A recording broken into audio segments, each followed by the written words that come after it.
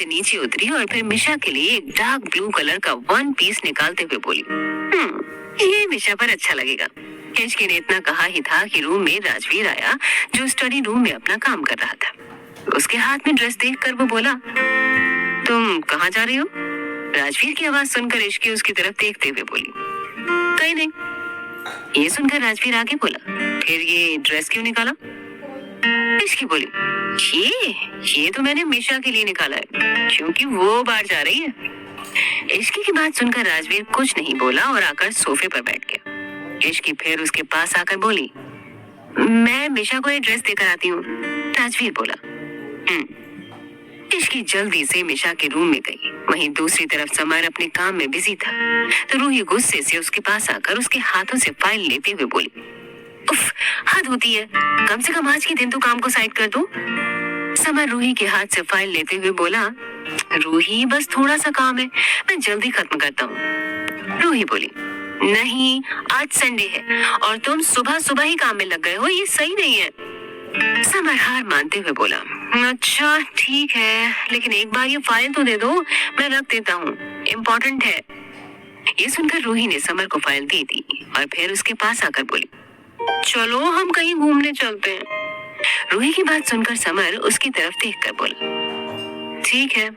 रूही ने जब सुना कि समर मान गया तो वो खुद ही वहां से जल्दी से रेडी होने के लिए चली गई। रूही के जाते ही समर चुपके से फाइल लेकर जल्दी से काम करने लगा, क्योंकि अगर रूही ने देखा तो वो फिर से उस पर ब्लास्ट ही हो जाएगी। इसलिए बिना रूही को पता लगे वो जल्दी से उसे कंप्लीट करने लगा। इश्की जल्दी से मिशा के रूम में जाकर बोली, ये ले तेरी ड्रेस। लेकिन सच कहते हैं लोग, प्यार में इंसान क्या से क्या हो जाता है। मैंने तुझे कितनी बार कहा था कि एक बार पहन ले, लेकिन तू हमेशा मुझे मना करती थी।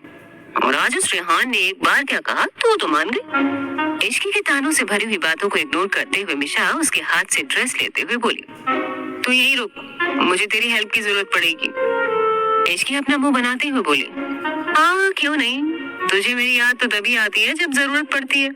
ये सुनकर मिशा बोली, हो गया तेरा ड्रामा।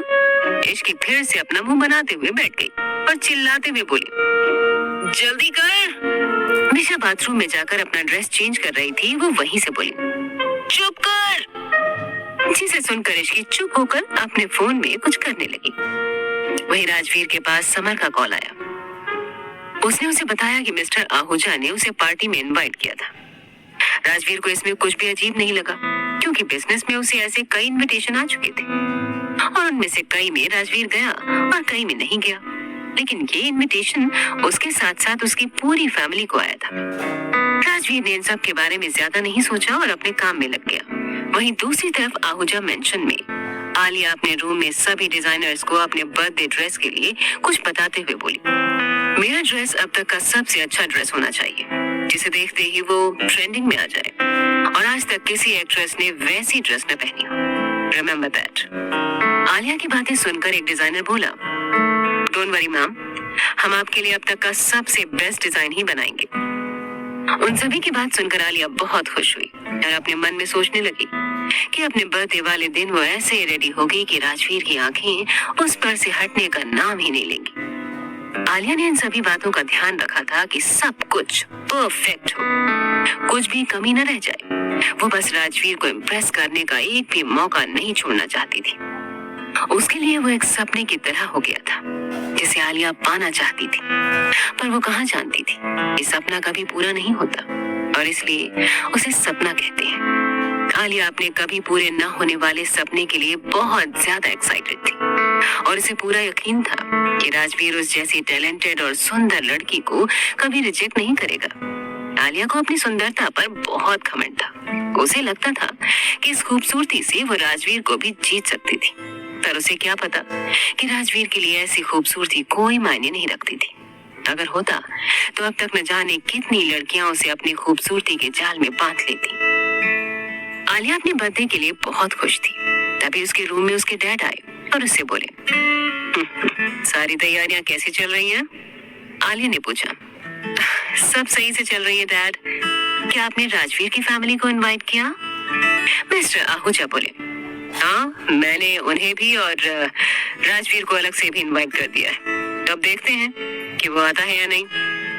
इस पर आलिया बोली, कम ऑन डैड, राजवीर के फादर आपके बहुत अच्छे दोस्त हैं, इसलिए मुझे पूरा यकीन है कि राजवीर भी आएंगे। मिस्टर आहूजा बोले, ऐसा ही हो बेटा, लेकिन मैंने सुना है कि राजवीर की उसकी फैमिली से ज्यादा बनती नहीं है, तो मुझे डाउट ही है कि वो अपने डैड की शायद ही सुनेगा। सिंघानिया हाउस। मिशा रेडी होकर बाहर आई और उसे देखकर इश्की सीटी बजाते हुए बोली, क्या बात है मिशी, तू एकदम मस्त पटाखा लग रही है। इश्की की फालतू की बातों को मिशा पूरी तरह से इग्नोर करते हुए बोली, इश्की सच बता, मैं ठीक तो लग रही हूँ ना, कुछ गड़बड़ तो नहीं है ना? इश्की थोड़ी सी ड्रामेटिक अंदाज में बोली, ओफो मिशा, जब मैंने तुझे एक बार बोल दिया कि तू बहुत अच्छी लग रही है, तो क्या तुझे मेरी बातों पर यकीन नहीं है? जिसे देखकर मिशा अपनी आंखें सिकोड़ते हुए बोली, ड्रामा कॉलेज में होता है, यहाँ नहीं, इसलिए तू मेरे सामने ये सब मत कर। इश्की बोली, व्हाटएवर।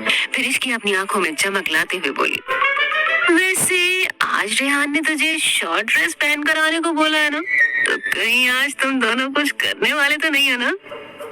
इश्की की वाहियात बातें सुनकर मिशा उसे पिलो मारते हुए बोली, बोलने से पहले तो कुछ भी नहीं सोचती है ना? इश्की बोली, ये ले, तेरे सामने भी सोच कर बोलना पड़े तो क्या फायदा है ऐसी दोस्ती का?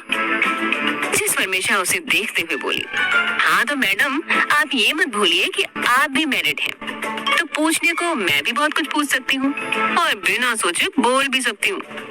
फिर मिशा अपना बैग लेती हुई बोली, खैर छोड़, मुझे लेट हो रहा है तो मैं तुझसे बाद में लड़ाई कर लूंगी, पहले तू मुझे घर से बाहर निकाल, बिना किसी की नजरों में आए। मिशा की बात सुनकर इश्की अजीब तरह से अपना फेस बनाकर बोली, क्यों?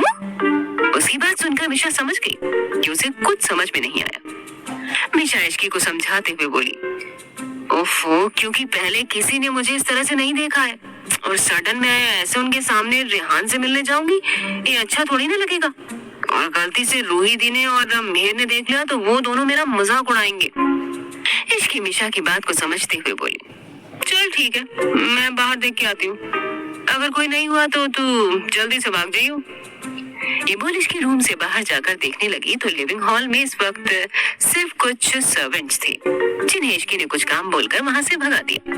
फिर मिशा के पास जाकर उसे आने का इशारा किया और मिशा सावधानी से घर से बाहर निकल गई। उसके जाने के बाद इश्की ने गहरी सांस लेते हुए खुद से बोला,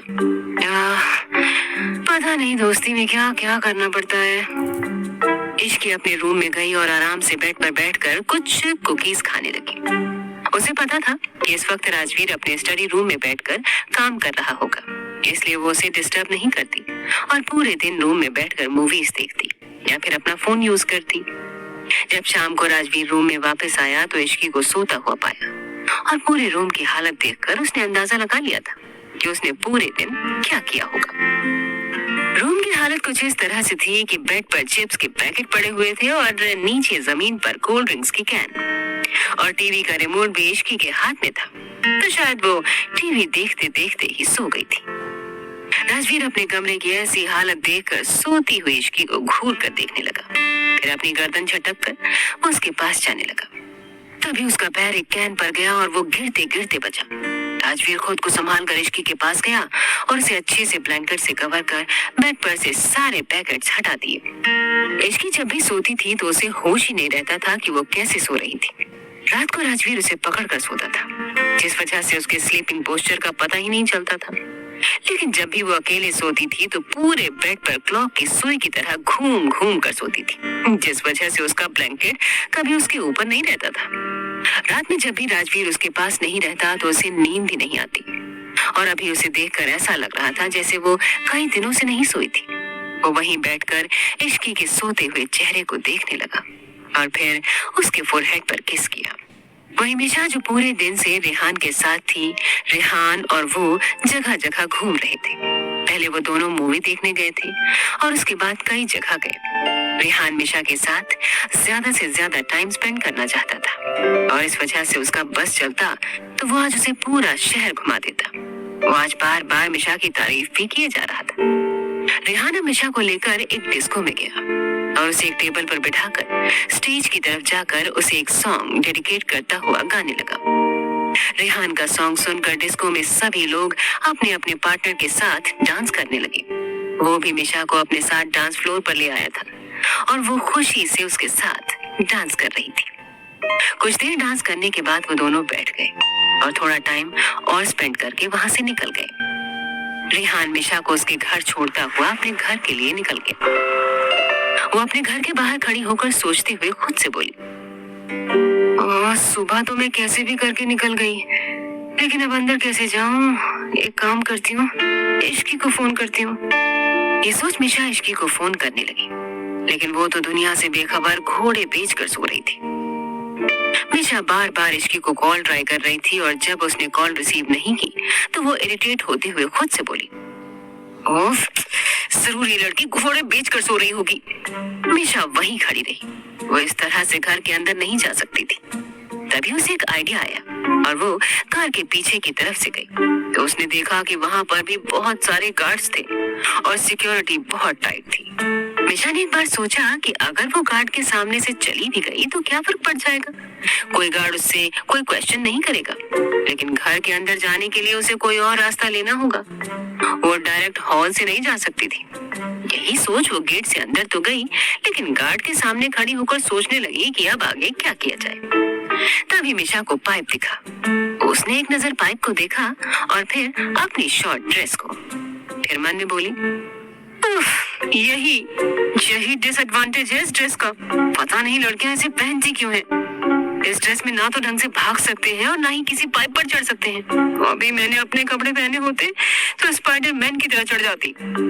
मिशा को जब कोई रास्ता नहीं दिखा तो वो हॉल से ही घर में जाने का सोचने लगी और साथ ही भगवान से प्रे भी किए जा रही थी कि कोई उसे देख न ले, वरना वो उनके हजारों सवालों का जवाब कैसे देगी।